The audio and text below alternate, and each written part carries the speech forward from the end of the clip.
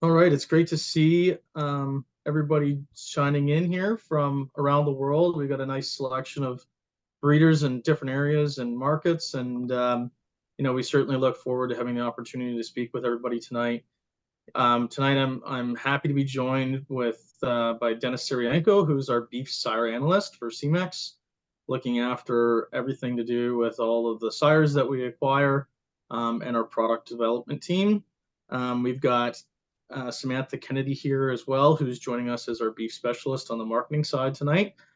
She does a great job at putting together a lot of the marketing material that we see and present around the world, both electronically and digitally. And then myself, the beef marketing manager for Semex. So tonight we're gonna, try to keep this fairly brief and informative, and walk through each of the bulls breed by breed. So Samantha, I will hand this off to you for the first question, and we'll try to keep this fairly informal and just try to have a chat, go back and forth about a number of the different sires. So Samantha, take it away. Perfect. Thanks, Brad. Just before we get started, feel free to scan the QR codes to give us a follow on Facebook to stay up to date with what we're up to, as well as signing up for our newsletter. Our newsletter is the first place to receive all new news that we have about new sire releases and photos and things like that. And if you have any questions about any of the bulls, feel free to reach out to one of us three, as well as one of our partner companies who you may already order with directly. So feel free to reach out to anyone with any questions, and we're happy to have everybody here. So we're going to jump first into our Angus division. Semex has a good group of calving sires for a wide range of clients.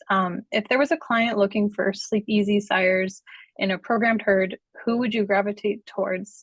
Brad, I know you mentioned before on our podcast that Colossal is one of your favorite bulls we've carried at Semex. Do you want to start by talking about him? Yeah, certainly I can. And I think when they put you on the spot in a podcast, you got to think fast on your feet. And this is one that certainly just jumps to the top of my mind. Right from the moment we purchased this bull, I know that he was, certainly a pick of the group that year when we purchased him, and one that, as he's matured, has just turned into a beast of a sire, and one that puts a lot of really good data along with it. He's a bull that's really deep bodied. He's structurally sound, and over the last number of years, through progeny, has really gravitated to the top of the list. Again, a bull that's with some accuracy, a double-digit calving ease bull, gets up over breed average for yearling weight and some of the performance traits, and just has that really soft look to him that really makes those easy fleshing kind of females. Again, a bull that when we look at this pedigree, certainly one that we can't overlook the maternal attributes behind him, with the Barbara 545 female, and I know Dennis and I both had the opportunity to see the Grand Dam behind this sire as well. That was really outstanding in the Musgrave program. So certainly one that's floated to the top of my books, and one that I think a lot of users can use with ease for a number of different reasons. Another one of the calving ease sires in the program that we have now is the Prime sire. He came to us from the Pine View program. And again, this is another bull that's just really matured exceptionally well in stud, and brings to you that similar kind of a profile from a double-digit calving ease sire right through into the carcass traits that this sire has, with a little bit of added performance in there as well. So again, to me, when we talk about calving ease sires and sires that I think have that little bit of added phenotypic attributes about them, I really think about these two sires that come to the top of my mind. Dennis, though, I'd just like to turn this back over to you. For commercial producers, that are looking for calving ease sires, that do not want to give up that growth. Often we hear about calving ease sires that are truly just a one-use pony. How do we come up with a sire that's a calving ease and still has some performance and growth EPDs?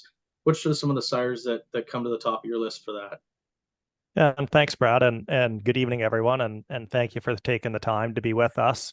I think for me, what really comes top of mind, a couple of bulls that have really been proven for us, in a lot of commercial projects and settings, is the High Cotton Bull would be the first one we'll talk about.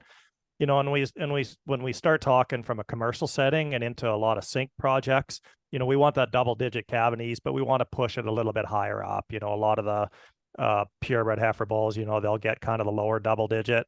When we start talking projects, we'll want to get up into the upper levels of the double digits, and I think High Cotton does that really well. The other added bonuses with him is he really pushes the growth. When you can look at that curve bender spread on him, you know, a 17 CD minus 6.6 birth to a 151 yearling, he really does that really nicely. Really covers the foot traits through claw and angle if you retain an ownership on some heifers. So I think he does a lot of things really well, as well pushes some you know, high product as far as a ribeye area. So I think a great option. And the really nice thing on him is he's available in sorted sex semen as well. Another bull that's been used a lot commercially, as well as in he's a bull that crosses over, I believe. You know, we've seen this bull get used is the stock fund bull.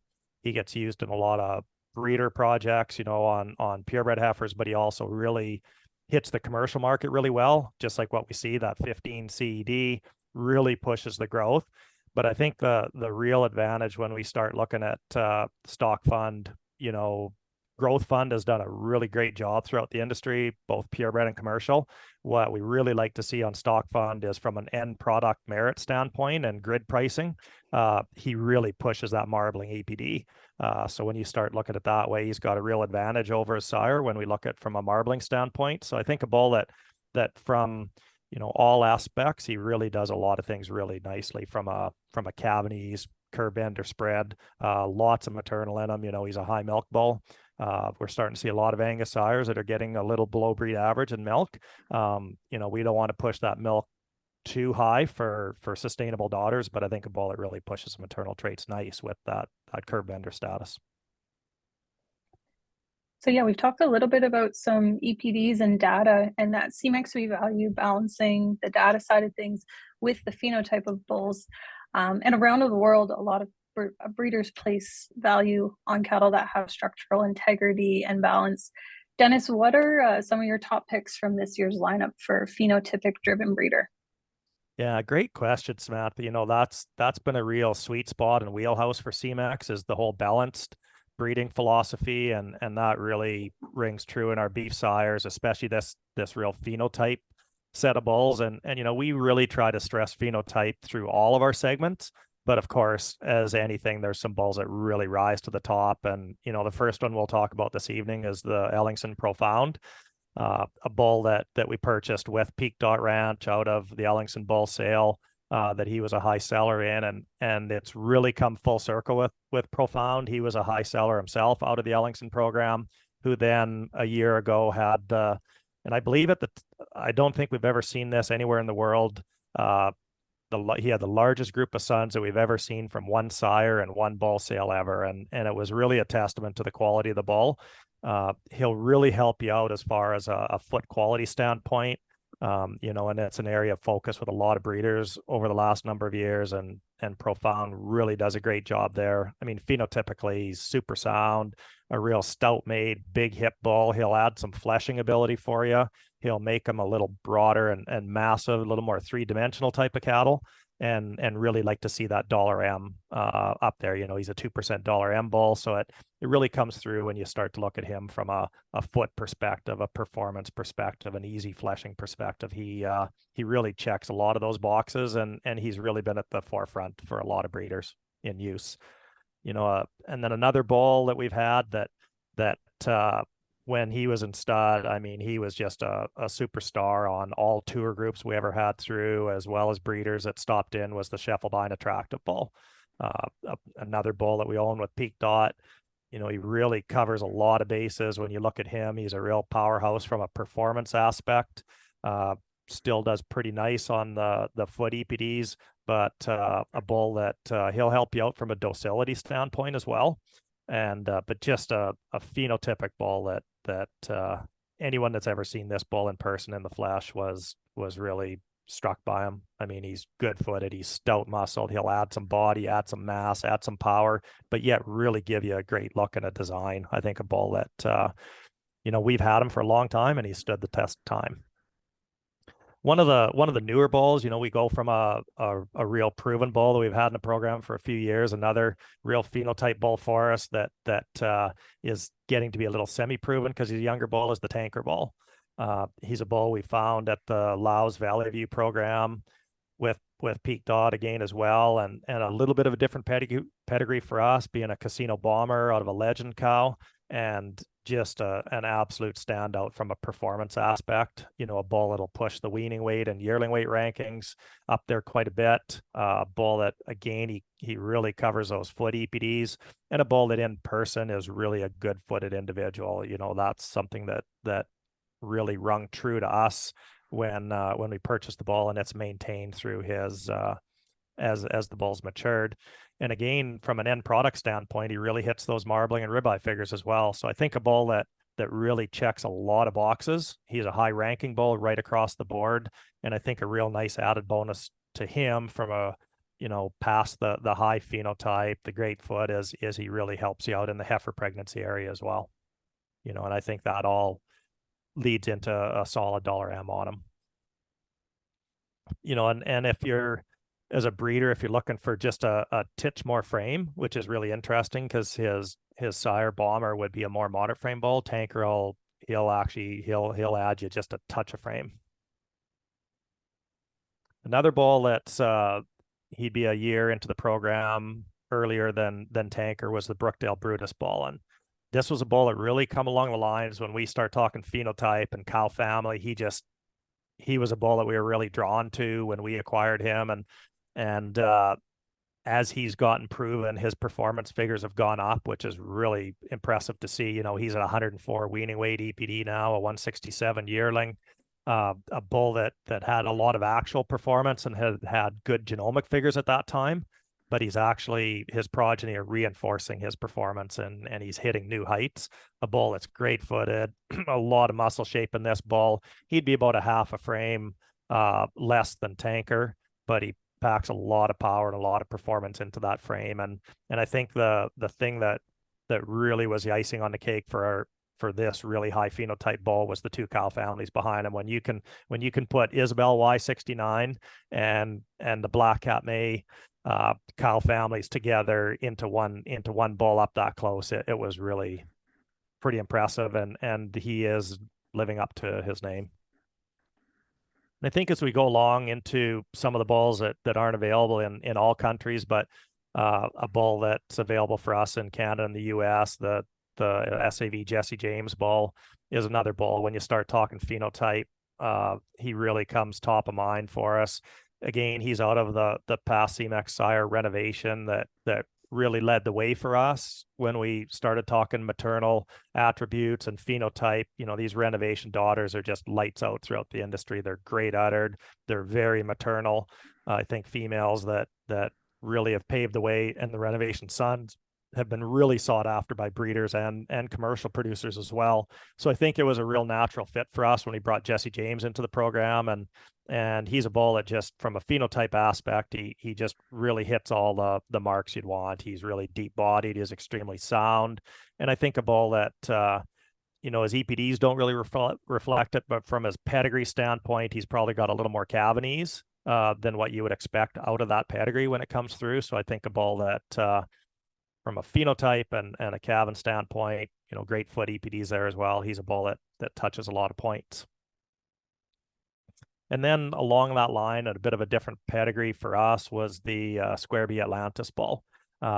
He is a lot like, as far as the same markets as Jesse James. We've got, for Semex, we carry him in Canada and the US, and being a son of Rainfall and out of the Great Consensus daughter, 1209, he was a real natural fit for our program. When you talk balanced breeding, Atlantis takes the Rainfall to just a little bit more mass and level that we've seen in the daughters, and he's a bull that just touches all the points you'd really want. You get a little more end product as far as the ribeye that comes in and rain in Atlantis, but a bull that again, only a one birth.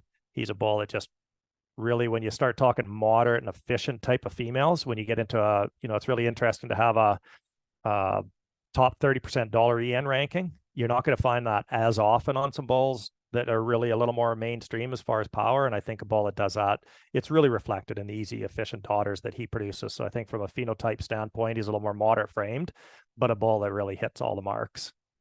And then one of the new bulls we brought in as far as a bull we brought into the program is Sterling Pacific. And Pacific's an interesting story. He's a bull that we've seen sons across the country that you'd go into bullpens, and the Pacific sons really stood out. And I think for a Hoover No Doubt son, he's surfacing to the top, and a bull that really covers all the bases when you look at from a Cavanese direct to a yearling weight standpoint, scrotal docility, the foot EPDs, he checks all those boxes, and then he also brings a lot of end product merit with that top 3% marbling ranking. So I think a bull that numerically hits all the points, and phenotypically those sons rise to the top in every bullpen that we've seen him in. So he was a bull that we had the opportunity to have him available in Canada through Semex, and that was for us it was a definite fit.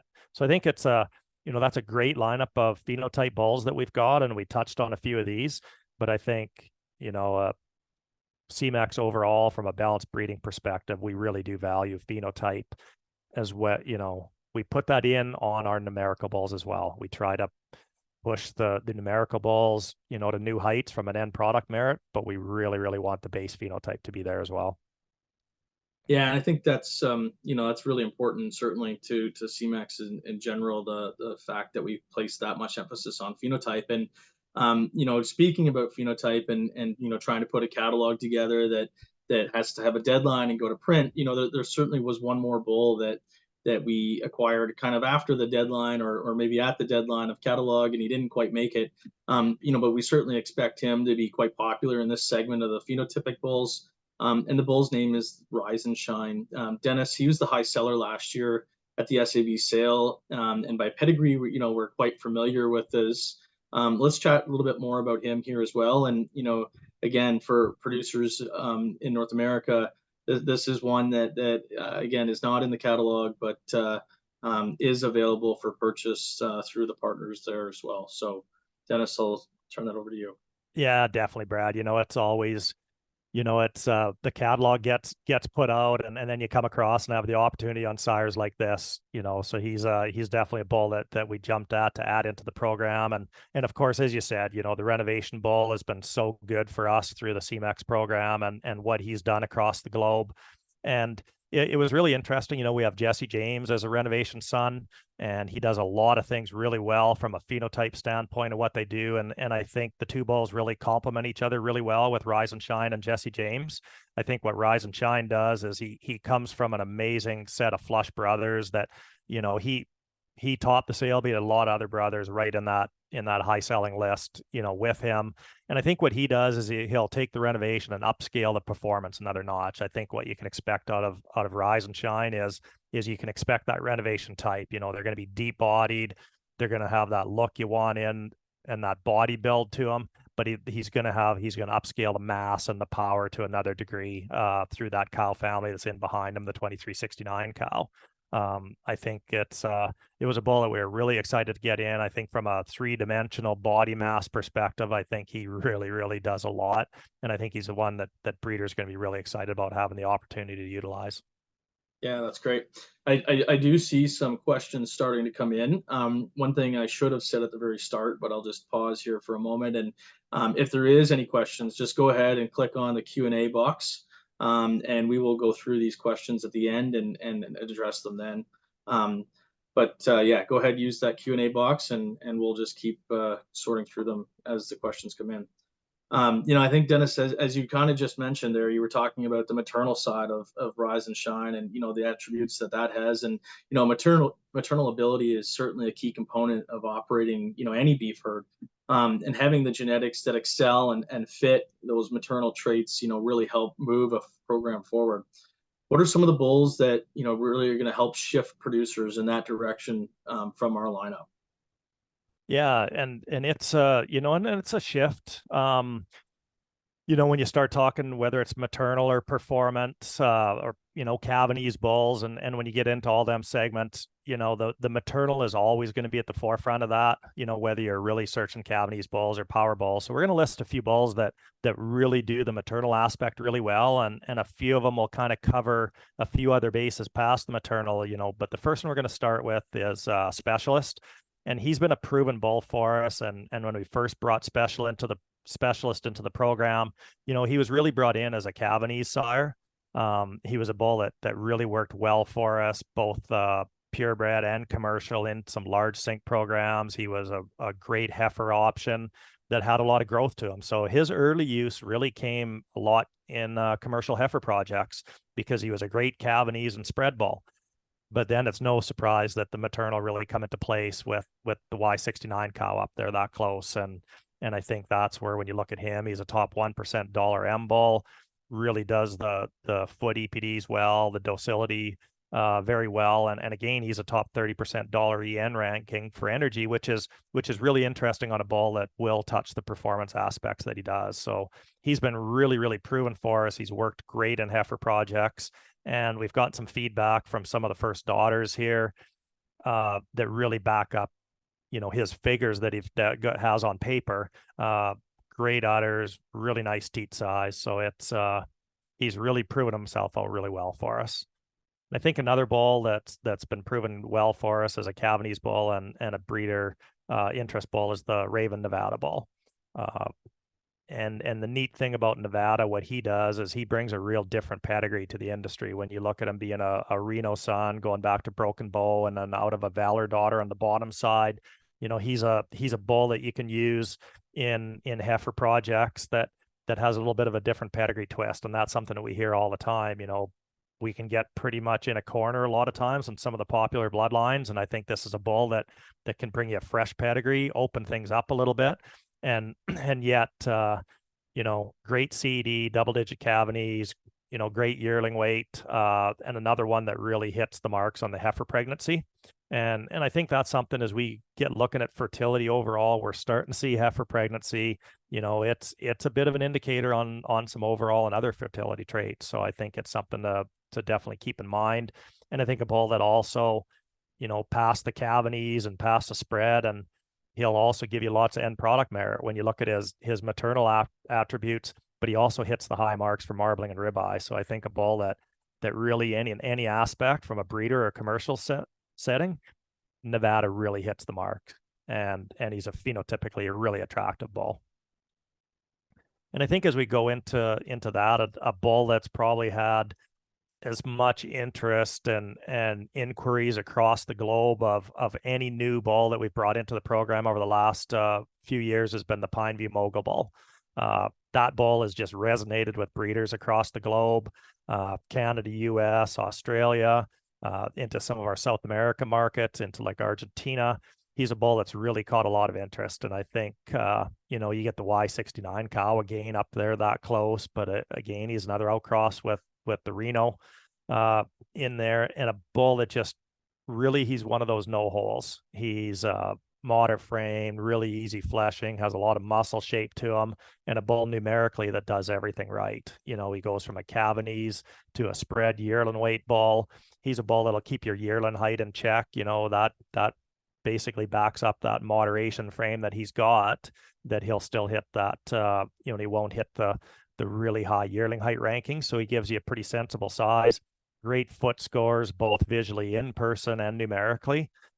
Again, pretty solid on the heifer pregnancy, and a bull that gives you high end product merit as well. When we talked about the past bull, Raven Nevada, having them upper echelons of marbling and ribeye, Mogul does that as well. And I think with him being so balanced across in both depth of pedigree, numerical depth across the board, when you can be a top ranking bull in so many traits, and visually really appealing, it's definitely resonated with breeders. So he's a bull that I think over the next, he's been very popular, and I think a bull that'll really remain popular.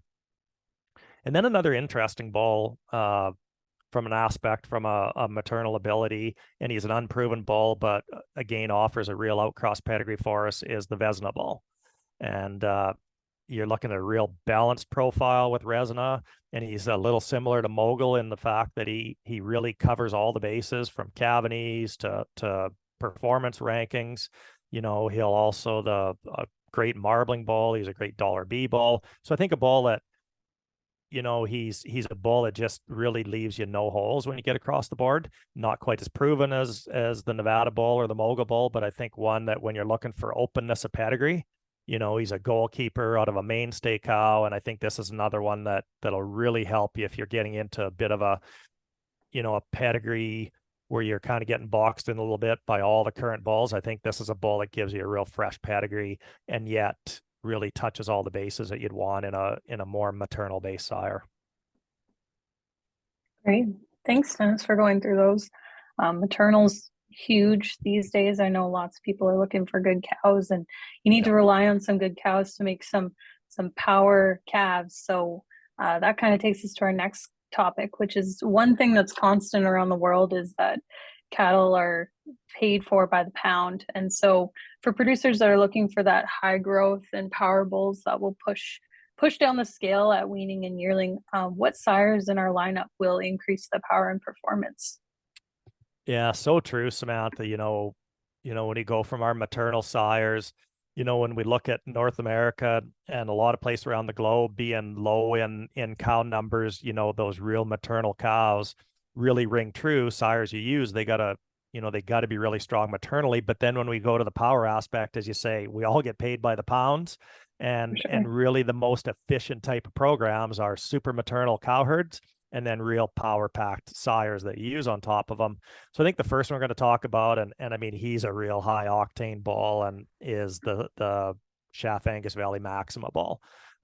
He was a ball that came out of the Shaft program, and he was the #1 weaning and #2 yearling ball in the wholesale, the #1 carcass weight EPD ball. So I think he's a ball that, you know, he excelled in a performance level from a performance herd. I mean, the Shaft Angus Valley is known worldwide for the power and performance that they have in their herd, and I think, you know, this is the valedictorian of that year and class out of Shafts, and I mean, you can see it in his EPDs. He's a 108 weaning, a 186 yearling, really hits them performance figures well, and a big rib-eyed ball. So I think a ball that when you're looking for absolute power and performance, he's a ball that really does that well. And we've got some first calf reports on this ball of some breeders that have used them early on, and they've been nothing short of phenomenal. They're extremely happy with the calving on the ball.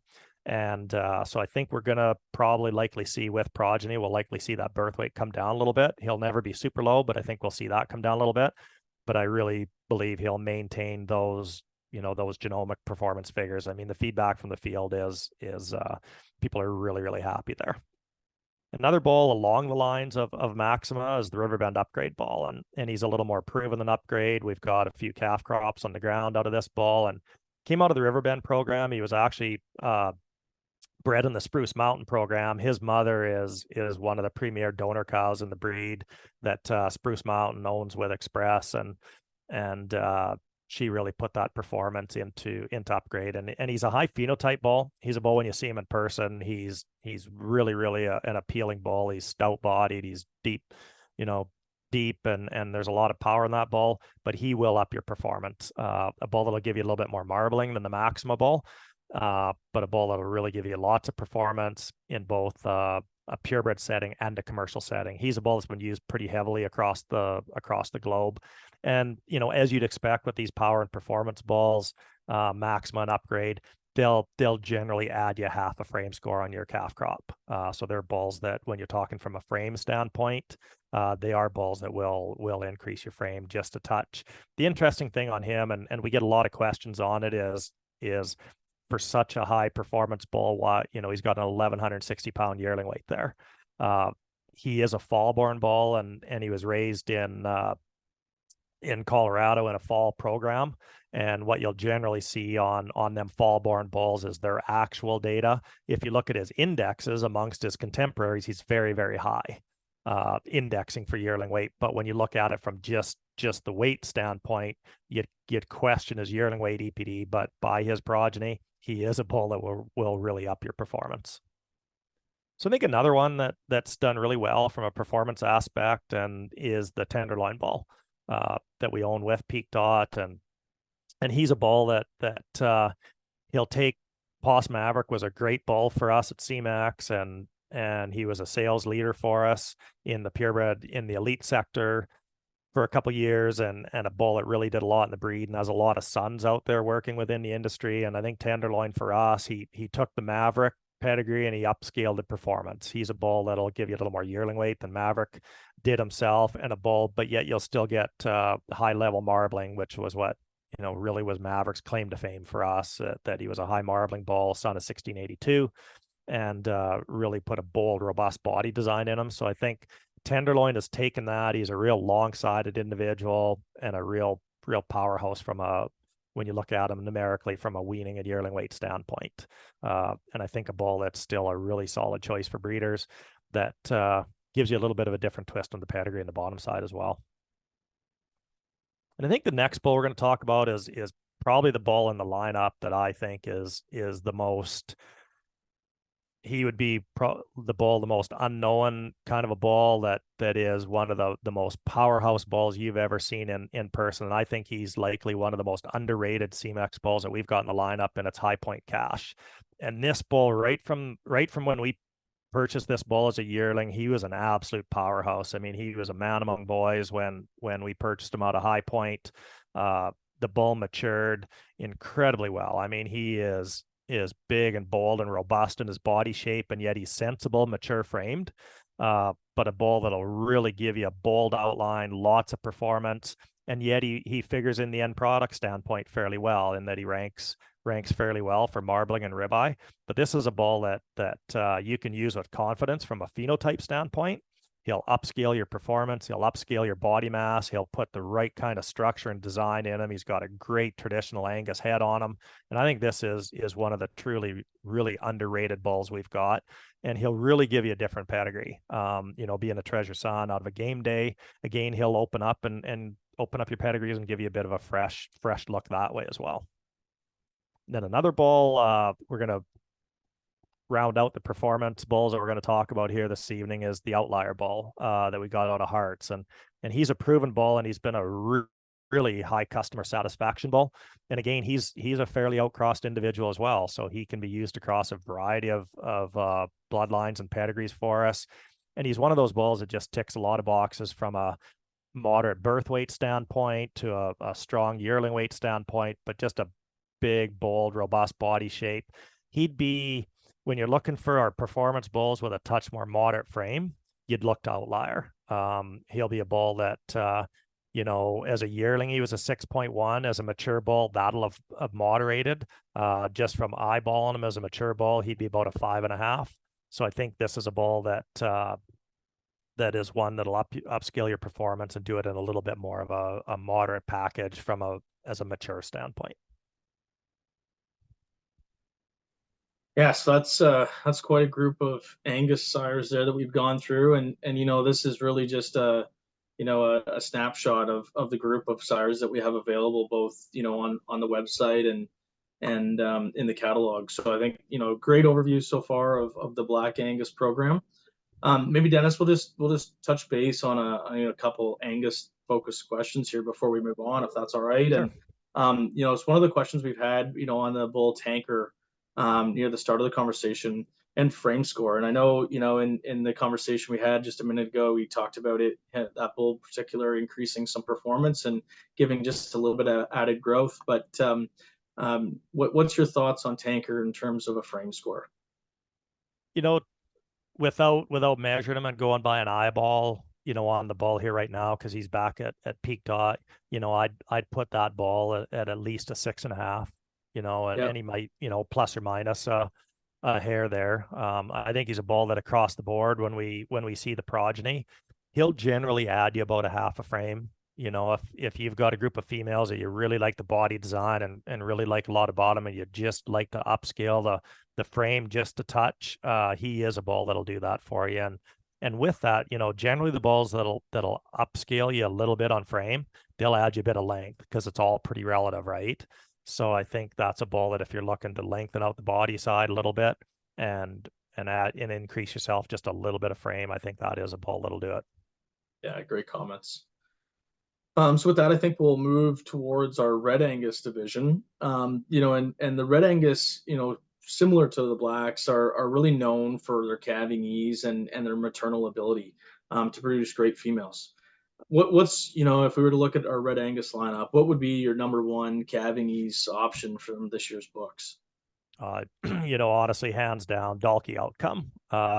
This is a really interesting bull, and that year at the Dalkey sale, we bought 2 bulls, and one was the Rockefeller bull, which of course, he had some health issues, so we no longer have, but he was a real performance type of powerhouse and has worked really well.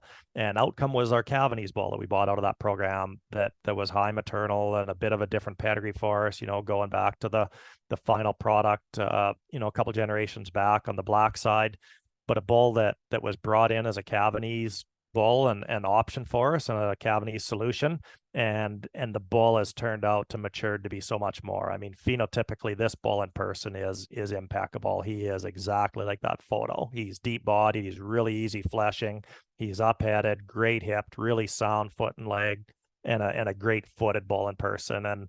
And this bull has really just, he's one of the bulls that's just jumped through all the hoops as he's matured. So he's a bet, he's a very, very solid Cavanese option, that 19 CD, top 3% on birth weight.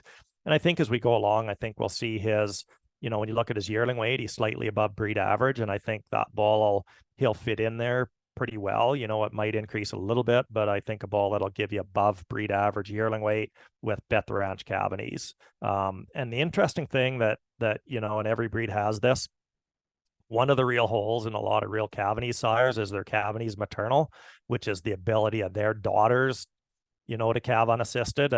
And it's really unique with Outcome that he's also a top 1% ranking for Cavanese maternal. Of course, that's a genomic and pedigree prediction, but I mean, it really bodes well for him down the road. But I think he's a bull that you see him in person, he is an amazing phenotype bull and a Bet the Ranch Cavanese bull. And I think he's a bull that we're going to see his use just increase year over year. Yeah, absolutely. And, you made a comment there about, this bull's photo and that he looks just like this in person. And I think, that's something that's really important to us. And, Holly McFarland is our in-house photographer here at Semex. And, I think she just does an outstanding job at really capturing what the bull's attributes are, as they stand in the flesh. And this is a really great example of that. Yeah. With these webinars, one of our objectives is to, bring the information to customers around the world, and the other part of it is though, to bring exciting new news. And I'm pleased to announce tonight that fresh from our meeting this afternoon, Dennis, we're releasing a new bull to the Red Angus breed, Revolution. This is a sire that's from a program that we're, again, very well known with the pedigree. And Dennis, he didn't make the book obviously because he just was released here today, but certainly I think one that we can talk about. Yeah, and so exciting to be able to release Revolution. And of course, we've spoken about the renovation bull on our black side of things, like how that bull has done so well for Semex and all throughout the industry, and to be able to bring that to the red side of things is really exciting for us. So when we acquired this bull out of the Rhodes Red Angus sale, we were extremely excited, and today's even a better day when we can release him to the market. And I think he's a bull that he really brings a fresh pedigree to the Red Angus breed, but a pedigree that everyone is going to be so known for when it's got the black sire renovation back in there, when he's steeped in that. A bull that I think will touch the moderate Cavanese options from a performance pedigree, genomically and data standpoint. He really hits the ribeye and the yearling weight markers, but talking to Rhodes and how they're going to use him in their program, they feel that the Cavanese figures are going to improve on him. I don't think he'll get to the level of Outcome as that real extreme Cavanese sire, but I think from a cavities and performance aspect, and a bull that phenotypically is deep bodied and he has a lot of power. He's a good footed, structurally sound individual. I think a bull that we're just really, really excited that we can release today. Anytime you can bring the renovation to the red side of things, I think we'd call that a good day. For sure. As Brad mentioned at the start of our Red Angus section, the breed is known for producing the great maternal females. Dennis, what's your pick of our proven Red Angus sires that really stamp daughters the right way with great udders and that maternal instinct? Yeah, you know, Sam, the bull that really comes top of mind to me is Custom Made. The 6 Mile Custom Made bull. The bull's daughters are really following what his mother's phenotype is and what we expected from when we acquired him from her. She's just a lights out female as far as udder quality and maternal capability, and he's really doing that. You know, he's a bull that you know, he's not going to hit the upper rankings in any of the traits as far as from an EPD perspective, but a bull that you want to use and build a beautiful set of females. I think Custom Made does that in spades. He's a bull that the udder quality, you know, the tightness and the teat size and the teat placement on his daughters is absolutely phenomenal. So I think from a maternal aspect on that way, I think Custom Made really, really rises to the top there. And so he would be a bull that would be absolutely top of mind for me when I'm looking at you know, improving udder quality on, you know, for a Red Angus sire. I think Custom Made just really top of mind for myself. Okay, great. And so as we transition, I guess, into the Simmental breed, you know, this is a breed that over the last few years, we've had a lot of really great successes in terms of sires that have been used quite heavily, and you know, some sires that have really floated to the top of the registration numbers in the Canadian herd book. And two of the most popular sires are also calving yeast sires that lead off our Simmental section. Sam, we'll start with you. What have you seen from the True North sire? And then Dennis, we'll get you to talk about the Epic sire that's done just an incredible job for us as well. Yeah, True North, I think everybody almost knows about this bull. He's super impressive when it comes to the phenotype. You know, he's a calving ease option that provides that good profile. And I've even seen many progeny out and about that as soon as you see them, you know they're a True North because they're stout and correct made structurally. And I believe, Dennis, the first females coming out of Wheatland out of this bull are dropping great udders and good mamas too. Yeah, definitely. The feedback's been really good. Udder quality's really good. Maternal instinct's been really good on them. So, you know, he's jumping through them last hurdles, right, on proven sires and what the daughters do. And, you know, we knew all about his phenotype in through his sons and what the earlier daughters did, but it's really great to get that feedback, you know, once them first daughters are in milk now. For sure. Yep. So the next bull that for us has been, you know, a bull that's led the registrations in the breed, and a bull that's just been an absolute cavities to performance and check all the boxes bull for us has been the Epic bull that we own with Wheatland cattle, and a bull that you know, his data stood the test of time. He had great data when he bought him as a yearling, and it's done nothing but solidified as the bulls matured and got a bunch of progeny into the system, and he's one of the, you know, the bull has led the calving ease options in the breed in Canada for the last number of years, and he gets used in the northern US.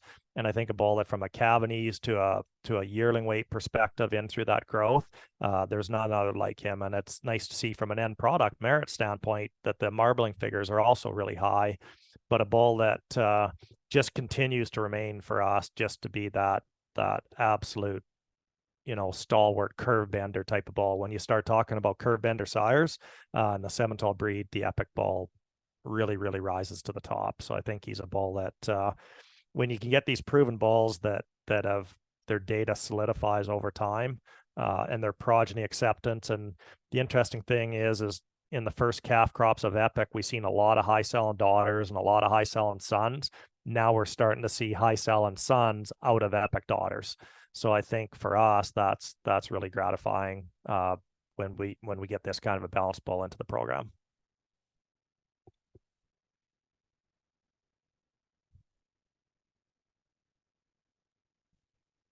And I think just what we're talking about, the couple of sires that lead off our section, and there happen to be calving east sires. But really, I think what this breed's known for is injecting power and performance.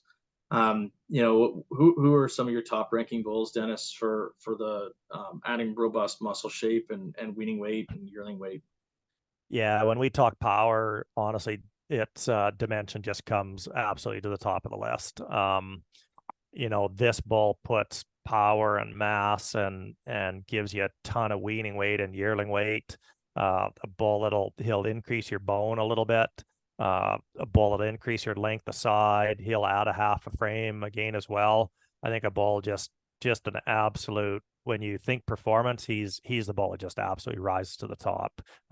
His sons have been really, really well received throughout the industry. And the nice thing is you get some of the niceties of that. You get that blaze on some solid black females. He does a great job of putting a blaze on him without getting the white too excessive. He's a bull that really does a good job in that area.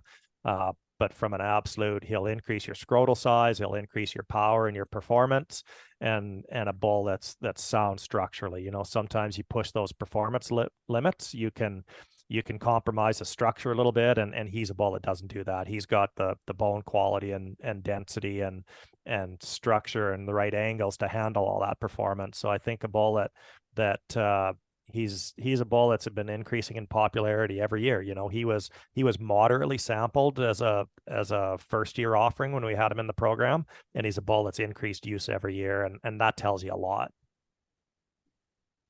Mm-hmm. So we always get asked for bulls in the Simmental division that are maternal, have balanced data, and of course a homozygous polled option. Do we have one of those bulls this year, Dennis, that breeders can use with confidence? Yeah, I think so. We had a new release bull last year by the name of Ericsson Asset, and he was very popular. So as a first year release, he was really popular. And I think a bull that will give you moderate calving ease with good performance and power, and a bull that'll check all those boxes for you. I think a bull that has a lot of maternal ability when you look in through his cow family that's in behind him. That Ericsson Lady 75B, model cow, deep body, great uddered, lots of fleshing ability there. And I think what Asset will do is he's a bull that'll just check a lot of the boxes. You'll get moderate calving ease into some power and performance and a great body shape. The bull is easy fleshing. He's extremely sound, lots of scrotal on him, and the feedback's been really good. Anytime you get these pretty popular new, first year sires, a lot, you got to wait for that first feedback coming back, and it's been very, very positive on him. So I think it'll be interesting over the next few years as we start to see that first progeny hit, their weaning stage and the yearling stage. But so far, everything's pointing in the right direction on Asset, and so he's a semi-proven bull. And of course, over this next year, he'll get a lot more proven. But I think a bull that we were really happy to bring into the program as one of those all-around bulls that'll kind of cover a lot of bases. And so, Dennis, the Simmental breed split into a few different segments of the industry, right? We've got purebred cattle that come in as black and reds and a combination with some white on them, and then we've got our Sim Angus program that we also have in the book as well, and the other part of the program though that's fairly extensive as far as the volume of semen that we move internationally is really the Fleckviehs or the full blood Simmentals that we have. Who's a bull that I think covers a number of different bases and really works well for those full blood breeders. Yeah, very true, Brad. And to be really honest, the Fleckvieh full blood Simmental division has really always been a real stalwart of Semex. We've always had a large lineup of Fleckvieh and full blood sires, and it's been a real tradition for us. And to be really honest, we've had some extremely popular ones that have led registrations. One of the past ones has been Guerrero in more recent times. And the Pole Jamie bull was a bull that the last number of years we've been trying to search to find that next bull that would follow in Guerrero's footsteps for us. And it took us a few years to find him, but we come across Pole Jamie from a great breeder in Quebec, and he's got a great pedigree. When you start talking a solid, absolute proven pedigree, being sired by Raptor and out of a great Spartacus daughter. He was just from a pedigree standpoint and depth of pedigree, he was exactly what we were looking for. And then from a data standpoint, he really does some unique things for a full-blood bull. When you start looking at a higher ranking calving ease bull in the top 30%, but yet still hitting top 10% yearling weight, as well as some carcass traits in through ribeye. And of course, the milk you would really, that you would expect out of a full-blood Fleckby sire. But, he was a bull that for a full-blood Fleck bull, he just does so many great things numerically and physically in person himself. Sometimes you start pushing the numerical figures a little high and you maybe don't get that body type that you really want for a traditional Fleckby Simmental, but Jamie had that. And I think the real selling feature on Jamie for me was that outstanding mother that he's out of. She's beautiful uddered. She's structurally really correct. And I think that bodes really well for Jamie in the future when we look to getting his daughters in production. When you see that depth of pedigree, the solid data set that he's got, and that beautiful mother backing him up behind him, we were extremely happy and very, very fortunate that we were able to bring Jamie into the program and in a polled package. So he's a bull that we were extremely excited to bring in, and the marketplace is letting us know that it was the right decision. He's an extremely popular bull. He's one of the really popular bulls of any breed that we brought into the program. Very good. And so I think we've got a really comprehensive lineup, really, from the Simmental side of things, again, covering a number of different attributes. And with that, I think, we'll move into another breed that really we've seen a lot of growth. And this is one of the breeds that we've had a lot of interest in over the years, and it's the Charolais breed.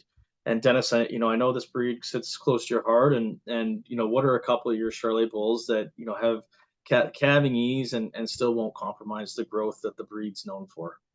Yeah, very true, Brad. The Charolais breed has the popularity has really remained and risen, globally. And us here at Semex, like I'd mentioned in the Fleckby and full-blood Simmental side, we've really been known for it. And the strong and diverse Charolais lineup is another area where we're really known for it at Semex. And I think the lineup this year, really carries on that tradition. And the first bull we'll talk about is the Blueprint bull that come out of the Doll program. A bull from a pedigree standpoint, extremely popular pedigree, being sired by Carbon Copy and then out of a great tank daughter. I think he's a bull that he's got a lot of depth of pedigree there. And I think a pedigree that really works off each other, each side's very well.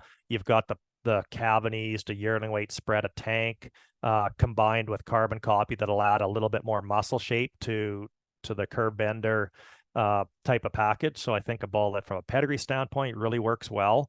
Got great Cavanese figures and birth weight figures up to growth. I think from a data standpoint, he's one of the very top bulls in the breed. When you look at him across the board, real curb bender as far as data, and also hits in the top levels of marbling as well when you look at him from a end product standpoint. So I think a bull that really touches a lot of bases. And as we get more feedback from the field, just like any first year sire, we'll be able to see exactly where those calving ease and birth weight figures go. But as far as from a genomic and a data standpoint, it looks very good at this point. So I think a bull that really covers a lot of bases for us and gives us a bit of diversity of pedigree.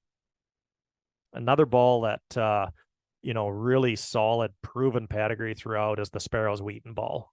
He was a bull that was one of the high-selling bulls the year we bought him out of Sparrows, and again, a son of the absolutely breed-proven LT Rushmore, and then out of a Windman Skaggs daughter. So I think when we start talking depth of proven pedigree, Wheaton has that in spades. And when you look at him from a data standpoint, absolute great Cavanese and birth weight up to a spread yearling weight, and then another high milk bull. So I think if you're a breeder looking for a great Cavanese option in a real bold, robust, easy fleshing type of package, Wheaton really does that in spades. He's a little bit more of a moderate frame type of a bull that you would expect out of Rushmore. But I think if you're looking for a little more maternal traits as far as to up your milk levels a little bit, I think Wheaton adds that to the equation from a Cavanese and performance perspective as well. Yeah, you kind of mentioned those two bulls like are good all around bulls. What's another good all around Charolais bull? One that covers all of the data um, with ease and has a balanced phenotype. Who would you suggest? I think a bull that really rises to the top when we think of those points, Samantha, would be the Yellowstone bull. I think what drew us to this bull initially was the data perspective. He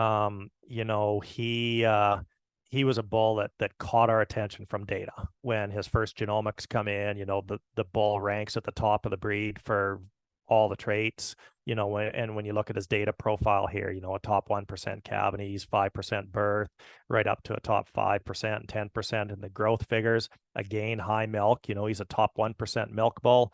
And then from an end product merit standpoint, he's got a high rank in carcass weight, marbling, and ribeye. So, initially you look at the data, and then when you look at the bull physically and phenotypically, I think this bull will bring a little bit more muscle and muscle shape and power to his pedigree than what you'd expect.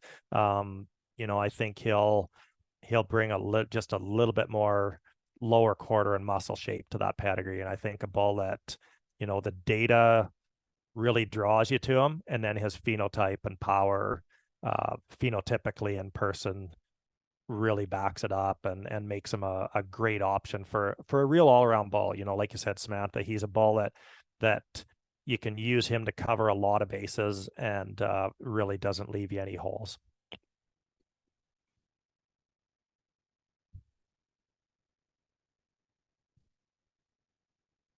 Okay, we've got so we've talked about in each breed, we've talked about their maternal traits and how important some of those maternal traits are to creating a beef herd and really maintaining that herd.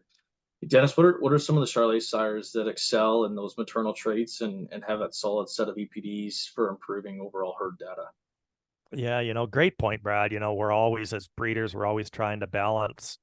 We're trying to push the performance levels as far as they can go to make improvements there. But then you always got to balance cavities with that, right? And then maternal with that as well, right? Because the absolute high level growth can be pretty antagonistic to milk and maternal. So we're pretty proud that we've got a lot of bulls that'll hit, some pretty good milk figures and pretty high data levels as far as milk in the Charolais breed. But I think another one that when you really think maternal, the tried and true bull is a bull that comes really to the top of the list for myself. And a lot of that is based on, from a data perspective, he's a real high ranking milk bull in the breed, but he still also gives you, good cavities figures with growth figures. But where we really look at his maternal stacking up is in his pedigree. He's a son of Rushmore, no one maternal maker in the breed, but that donor dam he's out of, that sweetheart cow, is a daughter of the great female maker Blue Value, and I think that adds a lot of credibility to tried and true. When you look at him from depth of pedigree maternally, he really rises to the top. That great donor cow, daughter of Blue Value. Blue Value's probably put as many donor cows and high level cows in the U.S. Charolais industry as virtually any bull over the last number of years. So I think that really adds to the credibility of tried and true from a maternal aspect. I think he really, that's the real focus when you start talking maternal. He's a bull that really rises up. Now we've covered quite a bit of our Charolais lineup, but a growing part of our business, as we all know, is using sorted semen. Dennis, do you want to talk about our sexed option within the Charolais breed a little bit? Yeah, great point, Samantha. And, the great thing about this bull that we're going to discuss now from a sorted option is it's the lead bull in our book. It's the level up bull. And a bull from a phenotype standpoint, he'll add a ton of muscle for you. He's a son of the Merit Roundup bull, was a past Semex sire that did a great job for us. He led the breed in registrations over a number of years, and Level Up was the son of Roundup that we chose to follow up that great sire. Does it in a homozygous polled fashion. He's a bull that'll give you all the traits that you'd expected out of Roundup. Add you some marbling in there, but a bull that'll add muscle shape and add some power and add some performance. And I think the unique thing about him is we've had a lot of customers, both commercially and breeders, that have used his sexed male semen, and that semen is been, the fertility has been absolutely incredible in the field. You know, that's one of the conversations when you start talking about that, and both in large scale commercial projects and in breeders use them on a smaller scale basis. He's got an extremely high fertility sex male product, and I think that's a really great tool for Charolais breeders. You know, if you're in a market where you're a little bit tight on supplying enough bulls for your market, I think that sex male level up semen is a tremendous product to increase your amount of saleable bulls that you're going to put in your bullpen. So it's pretty unique that the lead bull in our Charolais lineup is available in a sexed option and an extremely high fertility sexed product. Yeah, great point. And you know, I think again, whether we're making males to do the bull sale side of things, or even, you know, steers to really, you know, go and take on that high price, the record high prices that we're seeing at stockyards, you know, across the nation. You know, I think on the male side that, you know, those are two really good opportunities, but I think also at the same time, you know, you can look at the sire as a sexed female option as well. When we look at the dam that's behind him and the udder structure that she has, and you know, I think just, yeah, like you said, a really great opportunity to really help dictate and skew the number of calves that you're going to get to either one sex or the other, really.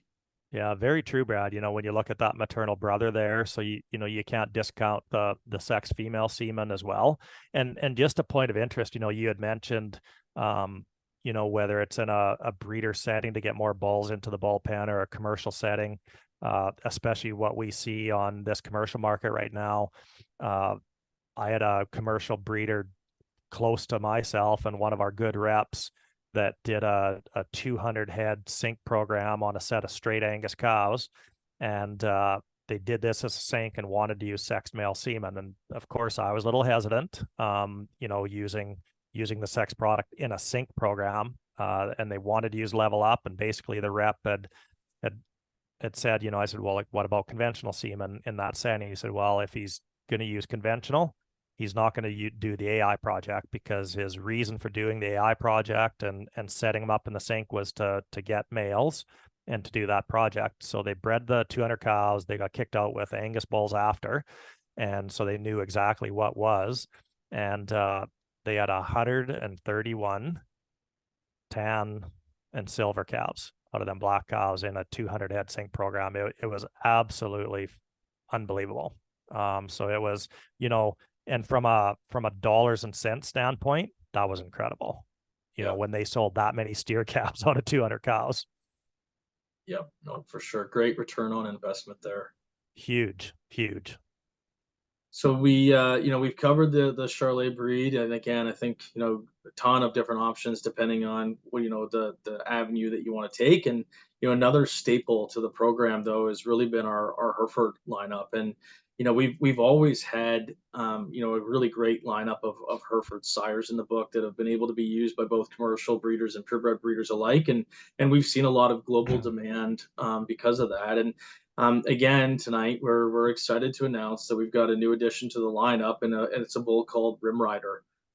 So this bull we might have seen on our social media recently, but again, we are excited to announce that he missed the catalog again, unfortunately, but we did get some inventory on this sire recently. Dennis, where do you see this bull being utilized, and you know, how would you consider using him, and what are some of his greatest strengths? Yeah, you know, and good point, Brad, on the strength of our Hereford lineup, you know, has been really strong for a number of years. And we had a few more Cabanese focus balls, like, you know, really Cabanese focus balls that worked out great and were great in the industry. And I think what Rimrider does for us is it ups our performance a little bit. You know, he's a bull that'll give you a little bit more yearling weight, but yet still keep the birth weight in check, right? Because he ranks pretty well there for birth weight, but pushes the yearling weight a little bit higher. But I think, you know, where this bull really excels is from a phenotype standpoint. He's incredibly well built. He's great hipped. He's bold and robust and three-dimensional in his body shape and design. And yet he's a bull that'll give you a really good look. You know, cosmetically, he's good. He's red-eyed, you know, marked really well. And you can see, you know, the photo of his mother there. She's perfect uddered, dark red, you know, goggle-eyed, marked well. So I think he carries that forward through both sides of his pedigree. You know, the Ridge sire, we've always really held in high regard and out of the NJW program. And so I think what Rimrider really does is he gives us a fresh pedigree in a really, really impeccable phenotype package. And I think, you know, he's a bull that Hereford breeders they'll be really, really happy with the phenotype on Rimrider progeny. So it's great that we have a new release on him this spring and outcross pedigree, great phenotype, and really a deep stacked pedigree. And look at the milk figures. I mean, really, really high milk bull. If you know, it's kind of like the Shar thing. We've got a few bulls that'll really help you out there if you're wanting to increase that. So he really hits them marks. And I think the one thing you always got to be cautious of when you really push the milk figures really high is udder quality. And I think when we see his mother's udder type there, I don't think we're too worried about that real high milk EPD. I'm super excited to see the females that come off this bull in the future. Yeah, great point, Sam. I mean, I think they'll be lights out. So we've always felt it's important to obviously offer breeders options from each breed, and our shorthorn breed is no exception to that. Dennis, can you talk about the role that Phantom and Flash play in our shorthorn lineup and what each of their strengths are? Yeah, you know, and shorthorn breed has always been really good for us and good to us. And, you know, we've had some bulls like Sask Valley yesterday that have been extremely popular across the globe. And where Phantom come along it was a little bit like Paul Jamie and the Simmentals, where we were looking for that follow-up to the great sire Guerrero. We were looking for that follow-up for a few years to the Sask Valley yesterday bull, who was a Cavanese bull for us, and yet still had some growth and had that real easy fleshing, more moderate frame size for a shorthorn. And so we've been searching for a few years and we come across Phantom and he was the bull that we chose to follow up that yesterday type for us. He's moderate framed, extremely deep bodied. He's a bull that as a shorthorn breeder, you can use him to add a ton of body mass. And another one of the real key features of Sask Valley yesterday was that straight Canadian pedigree. And you know, that really appealed to us as far as Phantom as well. It was that asterisk free, you know, Canadian type pedigree, and a bull that's really great headed, deep bodied, really sound, and really backed up by a great cow. That 76Y cow is extremely productive up at an older age. So I think he was a bull that really did a lot of things for us, you know, since we brought him into the program and really followed on that tradition of that easy fleshing, more moderate type shorthorn bull to produce those type of daughters that have really done well for us over the years. And that's really an appeal for us globally. When we look at all the other markets around the world, that's what's made shorthorn really popular for us, is that type of bull. You know, and then the other bull, when we start talking about Flash, he was a bull that from a little more of an attractiveness phenotype perspective was a bull that got brought to us and on our radar, and the bull has done a great job in the US and Canada, and I think he's a little bit more of a breeder oriented type of bull. I think when you're looking from a phenotype standpoint, these cattle do that really well, and he'll definitely upscale your performance. I think when you look at getting a little more upscale performance, Flash really does that well, and he does it in a real appealing phenotype package. So I think he's a bull that can really cover, he'll kind of bridge a few gaps as far as from a performance standpoint. He'll really cover that. And then as well as, you know, when phenotype and attractiveness and that body build are real high on your list, I think he's a bull that won't let you down there. Yeah, great. And, you know, again, I think another nice double duo of shorthorn sires that'll do, you know, a lot of really good things. And, you know, again, as we move into another breed, our Limousin breed, you know, again, we've got a few different sires that, again, cover different aspects of the industry, whether we're talking about, limb flex sires or some purebred sires. But really, Sam, I think one of the limb flex or one of the red Limousin sires that has really been the forefront of our Limousin program for a number of years is the grassroots sire. What's been your take on grassroots and progeny? And again, I see that sex symbol there in the photo. Maybe just touch base a little bit on where grassroots goes and how he works. Yeah, for sure. So yeah, I've seen firsthand the progeny that come out of grassroots, and they are pretty impressive. You get your calving ease, as well as your phenotype and some growth with these cattle, and all while being moderate sized. I find that he puts a good frame on them and really structurally correct. And in fact, he was actually the third overall show bull of the year for the Canadian Limousin Association. So that's pretty impressive that many progeny made it out of people's herds to the show side of things, and really displayed what he can do. Especially from the maternal side, I've seen bulls and females out of this bull, and they're both impressive. But the females, you can see they're starting to develop good teat size and have some maternal look, really up-headed females. And that all comes from that Greenwood side of his pedigree there. Some really, really strong females come from that program, and really exhibit some maternal traits. So super good females coming out of this bull. And that's where that sexed female option comes into play as well. So this bull, you can get some really good females off of them. And if you have anything to add there, Dennis, go ahead. Yeah, no, you covered it really well, Sam. And I think it's great to have such a high quality option in the Limousin breed available sexed. It really touches a lot of bases, especially when you know that cow power behind them. And I think with this, there's a lot of other breeds in the book. We weren't able to, in the timelines of this, to touch upon, our Speckled Park breed and our Galway breed, the Resilient bull and the Galways. Speckled Park, we've got two great options in the Trade Secret bull and the KFC Judgment Call bull. And I think as we do some other, webinars down the road, and we'll focus on some of the other breeds that, maybe didn't get the exposure this evening, but and as well as other sires within the lineup, we focused on a few key sires, and sometimes, some of the real balanced bulls that have been really proven and really balanced, weren't brought to the forefront tonight. But I think that's something, what I think these bulls really give you a picture of is that at Semex, we really are all about balanced breeding. We really want to have elite breed leading data, but that breed leading data is going to be backed up with great cow families with utter quality.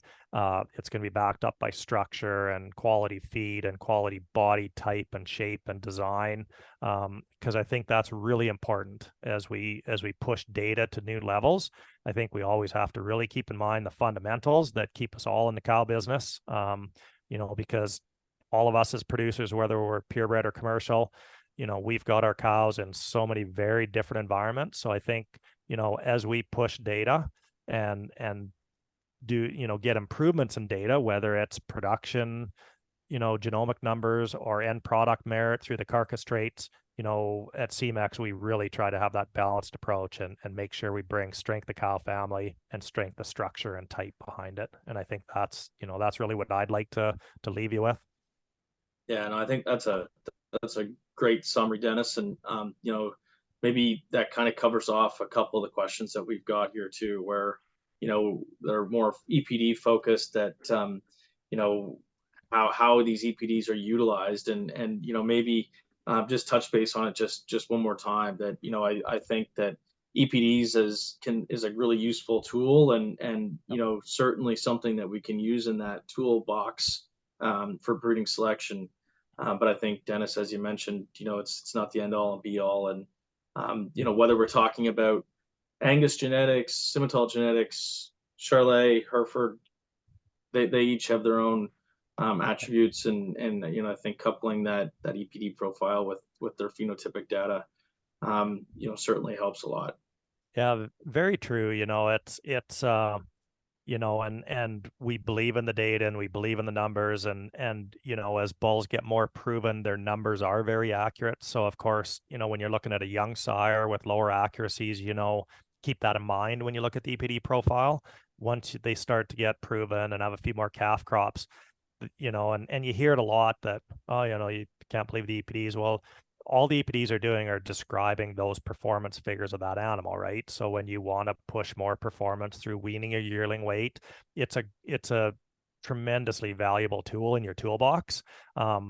But use that then to select sires from within those parameters that then have the fundamentals and have all the background that you're needed to support those numbers, right? Because if you want to improve carcass, absolutely guarantee you use high carcass EPD bulls and you will improve carcass, you know. But then what I think you do is you sort those bulls, you sort the high carcass bulls for high ranking ribeye and marbling, and then take that group of bulls and make your final decisions by the cow families behind them, you know, the pedigrees that support that data, and you know, some of them bulls that are proven, what their progeny have done, and those types of things. And I think then when you balance the two of them, you're going to be successful and you're going to be happier with the outcome. And I think that's the biggest thing is look at the whole picture and I think that's going to give you a better outcome. Yeah, absolutely. Well, I think you know, we've taken about an hour and 15 minutes of our time tonight. We certainly appreciate everybody joining on from again around the world. There's you know, people on here from North America, Australia, Europe. We had a couple from South Africa there as well. You know, really appreciate everybody taking the opportunity to join us, and you know, it's really our passion, and you know, what we enjoy to do on a day-to-day basis is working with breeders, you know, helping make the right selections, and you know, trying to live by what we're doing. So with that, I think on behalf of all of us at Semex, you know, certainly appreciate your time. And if you have any questions at all, you know, feel free to reach out to us at any time. Our contact information is on the catalog that can be found on our website. Samantha had the QR codes there at the very start of the slide, so hopefully everybody was able to grab that. And if not, just jump on to cmex.com where you'll find all the information that you need, and a full listing of our sires that are available. So thanks everybody for your time, and looking forward to working with you in the future. Thank you. Thanks, everyone.